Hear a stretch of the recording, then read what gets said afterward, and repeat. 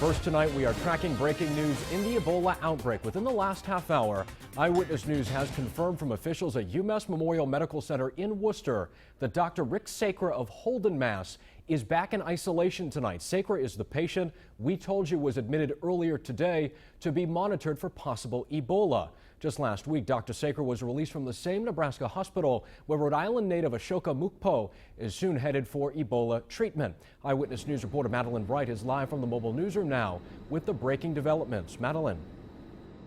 Jared, UMass Memorial Medical Center in Worcester confirms to us that Rick Sacra, who survived the Ebola virus, was hospitalized today with what appears to be an upper respiratory tract infection. Sacra contracted Ebola in West Africa back in September and recovered following treatment in Nebraska. He said after being released, he felt extremely weak. Doctors don't believe his illness is a recurrence of Ebola, but they won't know for sure until they get test results back from the CDC, which they expect on Monday. The hospital says Sacra is in stable condition and being monitored carefully. The hospital is working closely with the CDC and the State Department of Health for management of patients with possible Ebola.